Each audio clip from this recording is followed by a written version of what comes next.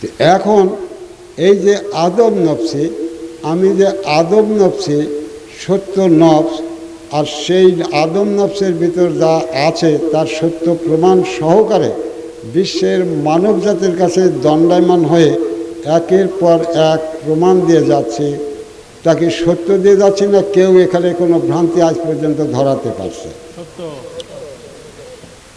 তোমরা সাক্ষ্য দিলেও সত্য, না দিলেও সত্য, কারণ সত্যের কোনো সাক্ষ্যের প্রয়োজন হয় না। বুঝে আসে? দ্বিতীয়ত, আমি যে আল্লাহ নূরের আত্মাধারী, নূরধারী, রবধারী, দিনদারি, সুরাতের সালাদধারী, এখানেও আমি সত্য। কারণ তাই সকল নবীকে, নবী রসুলদের আমার ভাণ্ডে বেঁধে লিখে আমি সেই আল্লাহ নূরের আত্মার দ্বারা সকলকে জেনে চিনে নিয়ে ফেলেছি, কেউ বাদ নেই।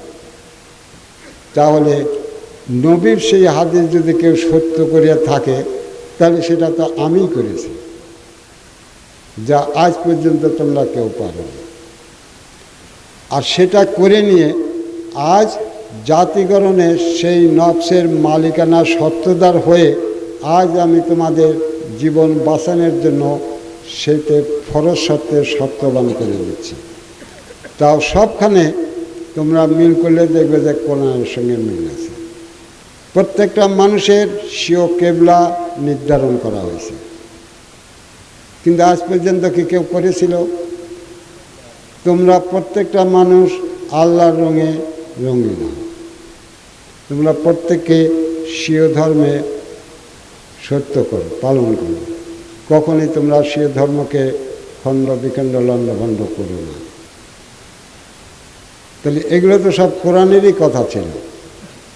তারপরে তোমাদের যারা কোনো সেই রব ধরার ধর্ম দিল না, তোমাদের দিন ধরার ধর্ম দিল না, সালাত কায়েমের ধর্ম দিল না, স্বীয় আত্মার ধর্ম দিল না, তাদেরকে তোমরা কিভাবে মেনে নিতে পারলে? কোরআন তোমাদের সামনে থাকে।